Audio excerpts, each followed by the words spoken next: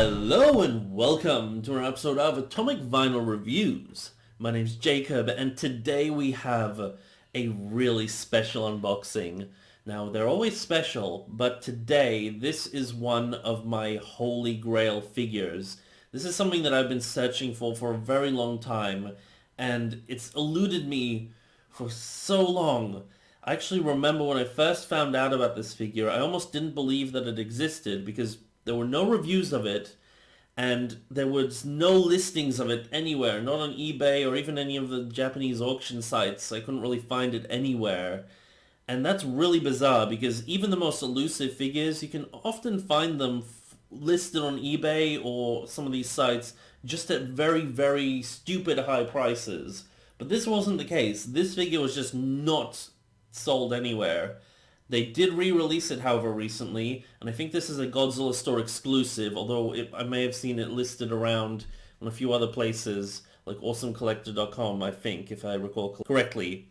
But regardless, I actually did buy this from the Godzilla store. I had to use Zen Market. I think now they have Buy linked over at the Godzilla store for international buyers, but I had to use a third party called Zen Market to get it ordered, and it's finally here. I have the box here. I calculated, because they actually put the date on the box, when it actually was dispatched. So it says date of dispatch, the 7th of the 5th, 2022. That was 8 weeks ago. So this has been traveling by ship, hence why it's so slow, because since COVID, all the shipping methods from Japan are just stupid expensive. So I had to go with the cheapest one just because anything else is just way too much, even though I really, really wanted this thing as soon as possible. But regardless, we got it here, and we can open it up and take a good look at it. I'm just dying to see this thing in hand. I'm still a little bit in disbelief that I've actually got this here. So let's open it up, see what we got. There's a couple of little puncture holes on this side of the box. Hopefully nothing in it has been damaged, fingers crossed, because I would really like this to be in mint condition, if at all possible. Let's tear this open. Slice across here. I think it's no secret that I am a huge 54 Godzilla fan. I've mentioned it many times on my channel that the 54 design is one of my all-time favorites. It's the classic, the original. And I'm actually really picky about the figures of it. Oh, we got a little Zen Market quality assurance pamphlet or whatever it is. Very nice. I'll take a look at that later on, but I don't care about it too much right now. We got a lot of bubble wrap. That's reassuring. Let's pull this away. With certain figures, certain specific designs of Godzilla, for example, or even the Jurassic Park T-Rex, the original Rexy, if you had seen my reviews of the Mattel figure that came out recently, you'd notice that I am very picky about very certain figures. I was very, very picky about my Shin Godzilla figures. I really wasn't quite happy with any of them until I got the Kyoto, which is like 100% spot on, screen accurate. And I'm still searching for a really, really screen accurate Jurassic Park T-Rex that I'm just not happy with any of the ones I have. They're really close and they're wonderful figures, a lot of them, but there's always just one or two little things that are slightly off. And oh, what is this? I can already see the box under here, which is really exciting. But there's a little thingy-madoodle here, which I don't know. Did I buy something extra, or did they throw in a freebie? Again, this was 8 weeks ago, not to mention that's when it was dispatched. I actually pre-ordered this thing much, much further before then. I think I pre-ordered this thing in 2021, if I'm not mistaken, so it's been a really long time waiting for this thing. But yeah, I'm really picky about certain designs because I need them to be correct, because I can just tell if they're not. And when I saw photos of this figure for the first time, I was just blown away because it was the first time I saw a 54 Godzilla figure that looked spot on like it came out of the movie. What is this? Oh, a little card. It comes with a little postcard. Take a look at that, guys. So got this Nice image of the figure there. You can see, looking beautiful. Let's open this up. You can properly see it. It's actually really nicely packed. They packed it both in like crepe paper, cardboard, this Ziploc bag, and this is also covered in plastic. So I respect that. That's some good over excessive packaging for this thing. Not to mention it's already packed in bubble wrap and in this cardboard box that the whole figure is in. So that's cool. Really cool. That's a nice little bonus. I like that. I have no idea what that says because it's in Japanese, but I could translate that if I wanted to at some point. I might do that after filming this. Anyhow, I'll put that to the side. I'm really happy about any little bonuses like that, even if they're something like that that'll probably just sit and do nothing for a long time. Let's pull this thing out. Like so. That works. Bubble wrap, and we have the figure. In general, it's always an exciting day when we got a new xplus figure, but this, a Yuji Sakai Modeling Collection one. I don't know, there's just something about his sculpts. They just look like they walked off the screen. So, yeah, a lot of the time, I've actually noticed this with some of the older xplus figures that back in the day used to look really amazing. When you compare them to their Yuji Sakai Modeling Collection counterparts, they just look silly now. There's just something about this particular line that just always delivers. I just wish they weren't so expensive, but worth it. One figure which I've been dying for, which they have re-released, at least on the Godzilla store, is that 1984 Yuji Sakai Modeling Collection figure. But because they added in the Super X, which I don't really care too much about, the price of that thing is so much, and I can't really afford it at this time. Again, if you guys know my history with that figure, I actually pre-ordered it back when it first released, the 1984 Godzilla Yuji Sakai Modeling Collection figure.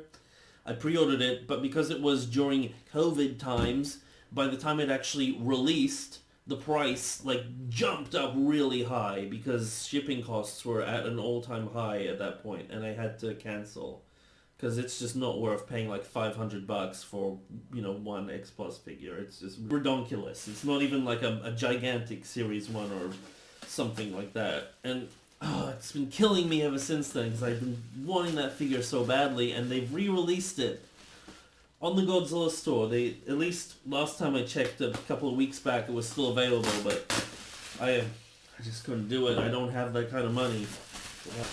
Regardless, I did actually order a kit version of the Godzilla against Mechagodzilla figure of Yuji Sakai's modeling collection from the Godzilla store at that time as well, but I didn't get the 84, so I've got that still on the way. I've pre-ordered that one.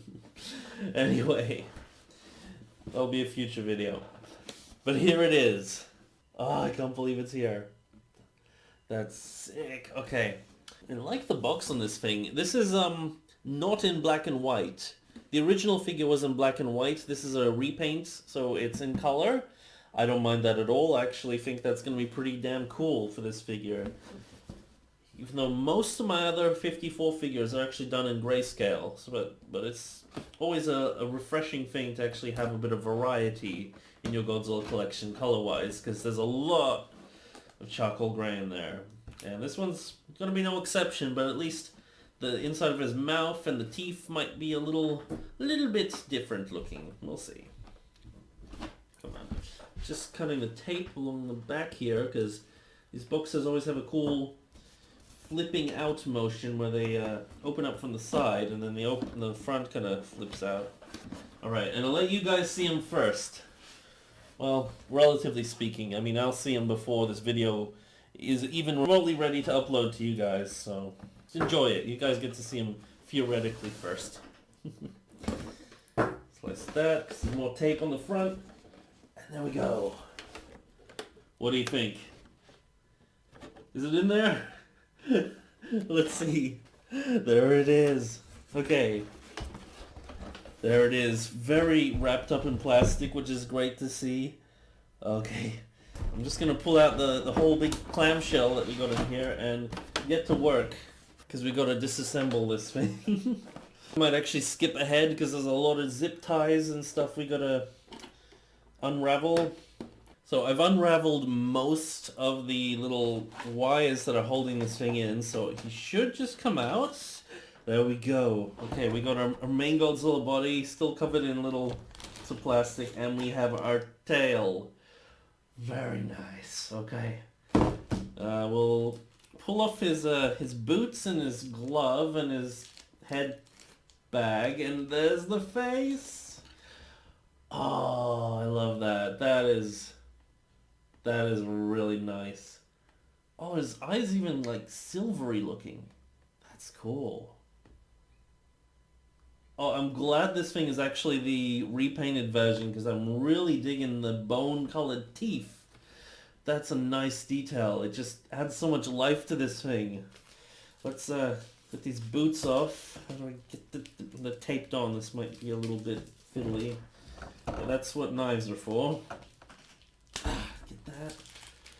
Look at this thing. Sweet. There we go. The claws. Nice. Okay.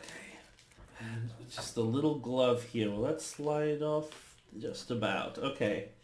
That's all staying in the box because I'm going to keep that because it's not really exciting or anything. It's just a bunch of crap in the box. But, you know, with these really expensive figures, it really is worthwhile to keep all the boxes and all the crap if you can. Because if you ever, by some tragic means, need to resell them, or even just for collectability value, it's good to just have this stuff.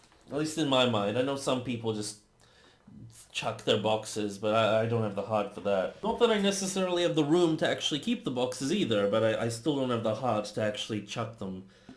Maybe on some of the cheaper figures, like some of the Playmates, I might eventually one day chuck them if I really can't fit them. But for something like, you know, a Yuji Sakai xplus, you gotta keep them.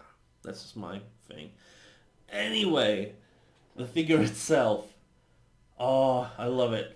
Already. The tail's not even on, but look at it. Look at this thing. That is just so much better than any of my other 54 figures. Just looking at this guy. Obviously, I have the original 30 centimeter Series X Plus figure here. For a long time, I thought this guy was kind of derpy looking. Like, again, the Yuji Sakai Modeling Collection does it again, where, like, you have the original X Plus, which, you know, back in the day is like, oh my god, it's X Plus, it looks like it walked out of the movie, it's so great. But when you compare it to something like this, you're like, this kind of looks a little derpy now. What was I thinking back in the day? But no, I've always been able to tell that this particular one just is a little off looking.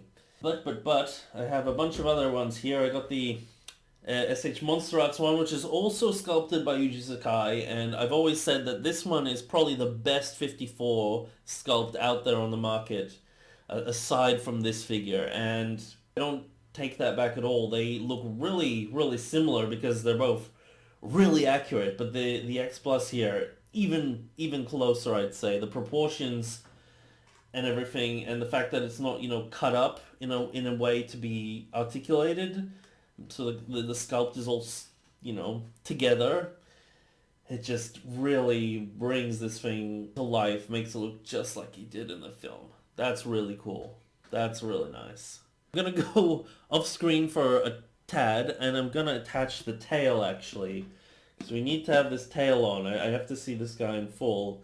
And interesting thing about this figure, unlike the other Yuji Sakai Modeling Collection figures, most of them, this guy doesn't actually have the little tail stand, because his tail seems to actually lie on the ground as it did in most shots in the film, whereas a bunch of other Yuji Sakai Modeling Collection figures, for whatever reason, he likes to, when he sculpts them, he likes to raise the tail like this, and they come with these little vinyl stands, which I have no problem with. I think they look great, and it kind of adds to the figure to have the tail in a sort of more original pose than just lying on the ground. But it's a little fiddly to have these things as well, on the other hand. So, to have something like this, that's a nice little bonus as well, I guess. Anyhow, I'll be right back with the figure in its totality. So here he is in all his glory. Got the tail on, and I gotta be honest with you guys, I was a little bit concerned. Just a little bit concerned that when I actually finally got this thing in hand that it would be underwhelming, but nah, I have nothing to worry about. This thing is gorgeous. Really, really a great figure. The sculpt is just the spitting image of the 54 Godzilla. And even the paint details on this thing, even though it's, a flat gray for the most part, it's just so beautifully rendered in this nice, really matte finish, which I really adore. It really helps give it that professional look, which I always love with xplus figures and Monster Arts figures, that they go for that nice matte finish look. And that's why I'm always really pedantic about whenever I touch any of my figures, I have to make sure my hands are very well washed. I should even invest in some cotton gloves or something, I'm thinking, because I really don't want to ruin that finish, because it's very easy to, with oily, greasy hands over time, that it kind of starts to lose its edge. But regardless, very, very nice. Again, I love the teeth on this thing. They really stand out. It's very subtle that there's only real sort of color inside the mouth, and the eyes are done in this nice sort of silvery color. And the spine's pretty much all gray. It's almost all grayscale, even the claws and everything. But just that little subtle bit of bone color there really, really makes this thing pop. So I do love that. So here's a nice close-up look at this figure. Let me know what you guys think, but I really love it. It just looks like the film. It's so cool. So cool. So you can see in there, I'm sorry about the lighting being a bit harsh. There's not much I can really do about it. My setup's kind of difficult to get really nice lighting-wise, but I definitely will have some nice high-res photos of this guy on my Atomic Vinyl Reviews Instagram, which the link is always in the description below for that, so I'm going to put up some photos of this guy really soon. But look at that. Yeah, the painted in teeth, the nice long fangs, which are very iconic for this design. Those eyes, the pupils are perfectly positioned, so from every angle it just really resembles the suit. It doesn't look derpy from the front even, which is something that is really difficult for this design. Most figures of this guy look really weird from at least one angle, but so far I've been spinning this thing around and around, and it just looks great at every angle. And look at that detailing work. Even though this is a design which has a very sort of bare bones approach detail-wise, it's a very uniform sort of barky texture that goes down his body, which is again meant to represent like keloid scarring from burn victims, because this is again a symbol of the atomic bomb and the destruction that it can cause, which is very, very fitting. But even though it has this really simple texture across the body, it's done in such a way that it's not boring to look at. There's all the folds in the design here, in what would have been the rubber of the suit, which are done really, really well and look really organic and nice and just really, really cool. He always had this sort of classic pose of his hands up like this, which was very faithful to the suit. The claws are done really nicely. And then we come around to the back, and those spines. I mean, seriously, I've always adored the 54 spines because they're just so beautiful and chaotic, and they're just rendered really, really perfectly here. Every spine is its own little individual piece. It's all painted beautifully. They got all these rough textures down the middle of them, which are beautifully airbrushed. Very, very nice. Very, very cool. Like I said before, they are done in sort of just a gray scale, which is very fitting because a lot of Godzillas, they did have that look in the film. Although I wouldn't have minded if they would have actually made it slightly more of a bone-colored tint, kind of like the teeth, maybe not quite as yellowed. But that would have also been really fitting for a color version of this suit. Same with the claws. Claws on the hands are also the same grayscale as the spines and on the feet. But regardless, they look beautiful, and they just, so perfectly done. You can feel the weight of the stance of this Godzilla on them, and it really just looks like the suit, but miniaturized. I really, really dig it. You got that iconic tail, kind of a shorter tail on this Godzilla, but the really cool segmented design, which is really ingenious because the fact that Godzilla has these segmented tail designs, kind of inspired by crocodiles most likely, it really works in the figure world, because especially with figures like the Monster Arts line, where you have these fully articulated tails, the fact that there's already segments on the suit versions really fits well. So that's again, not something that's really relevant on this figure, but just something I've actually wanted to bring up in a video for a long time.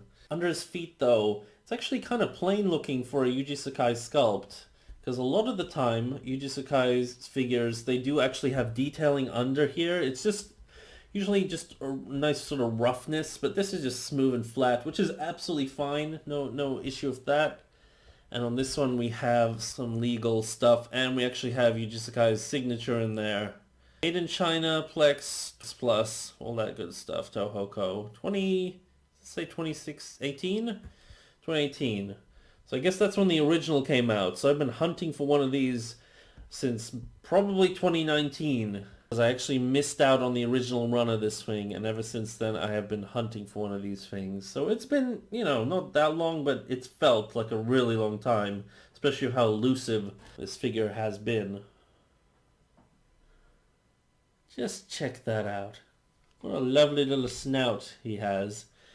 And I don't know if you can make it out, but yeah, the whites of his eyes actually do look silvery, which is an interesting choice, but I actually really love it on this thing. It's very subtle, but it is there.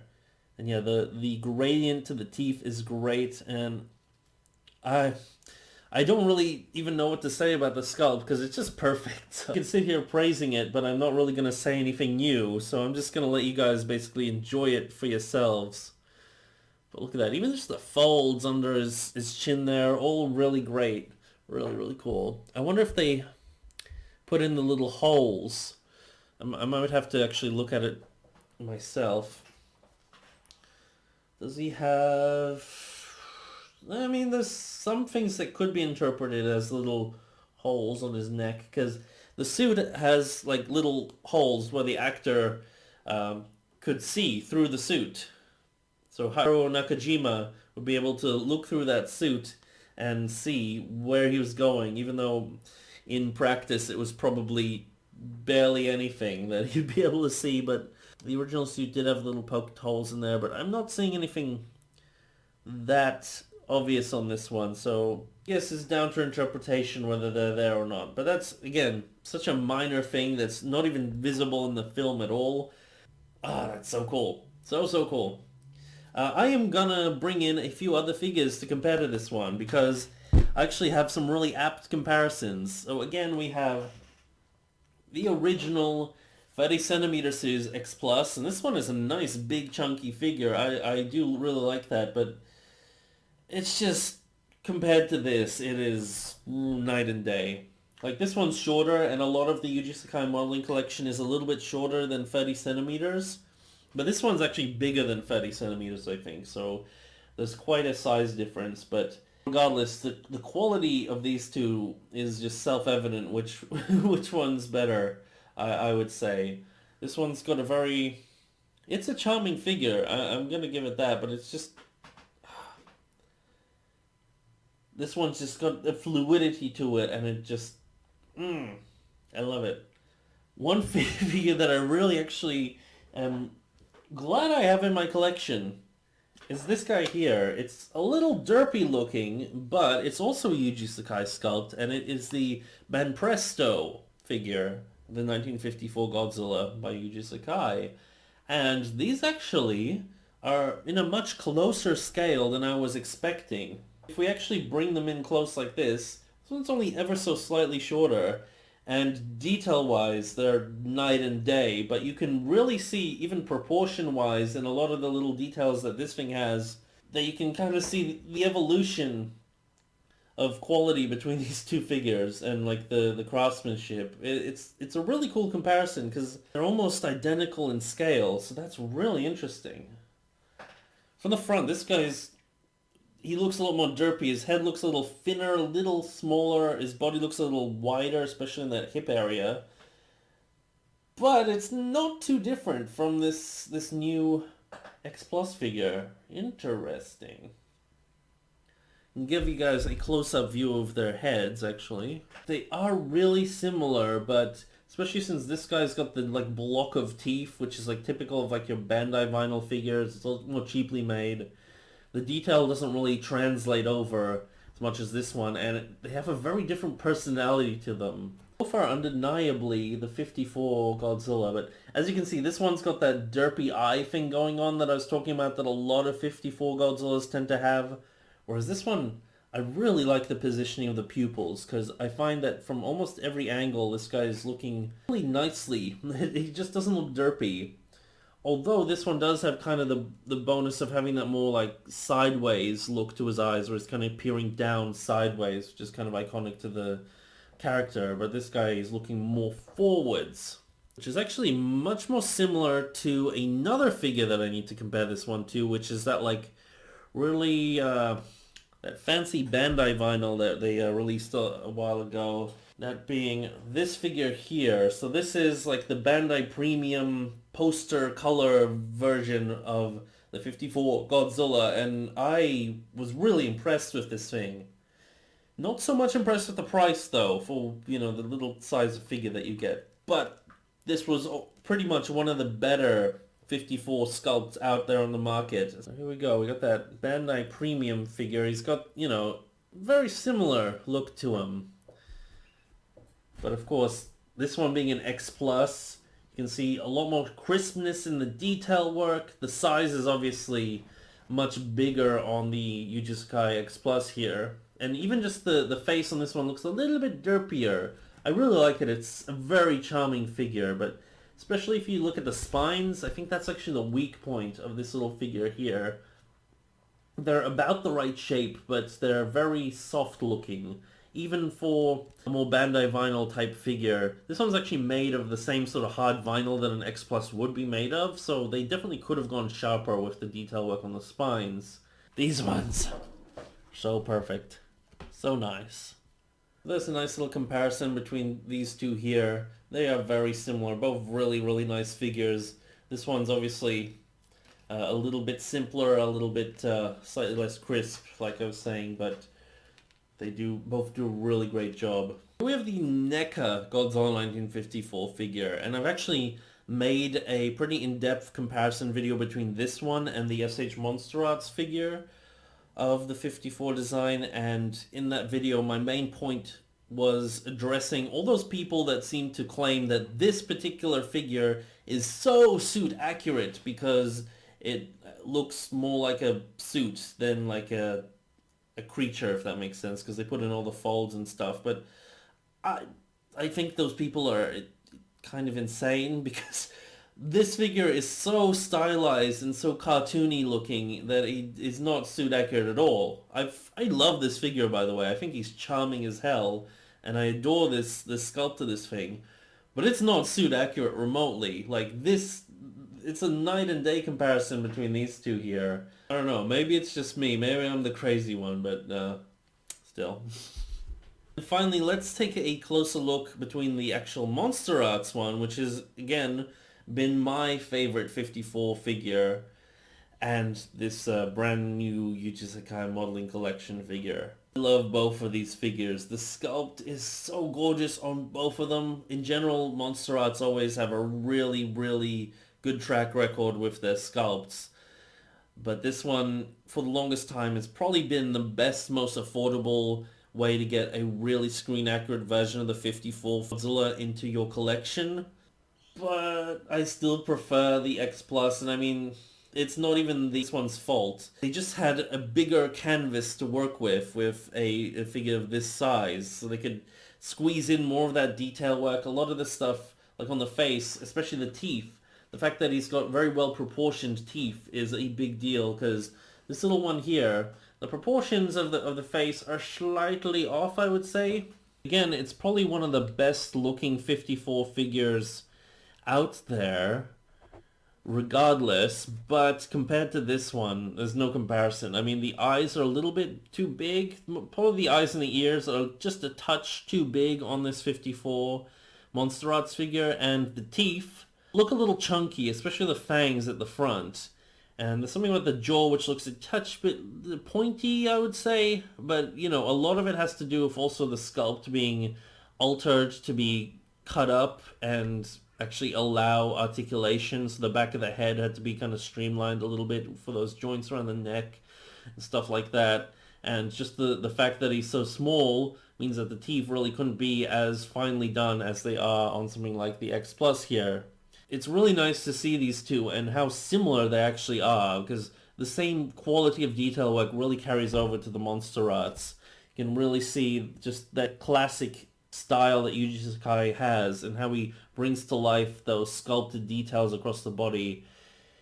These two are very, very similar in a lot of ways, which is very good because both of them are very, very screen accurate, so that's to be expected. But I absolutely adore these. One little thing, if you guys don't know, if you haven't been following my channel, this guy's neck is actually not the original neck, at least one little segment of it. I'm actually still working on completing this little replacement chunk of neck for somebody. I have a video about how I do that. Just going into my methods for cloning little plastic pieces using something called oyumaru, which is a type of mold making material which is really sort of cheap and effective for this sort of stuff. So I would recommend looking into that if you do want to see how to make replacement parts for some of your Monster Arts figures, because this segment right here, the slightly off color one, slightly more glossy one, if you can make it out right here, that one is actually not the original piece. I'm so happy I have this thing.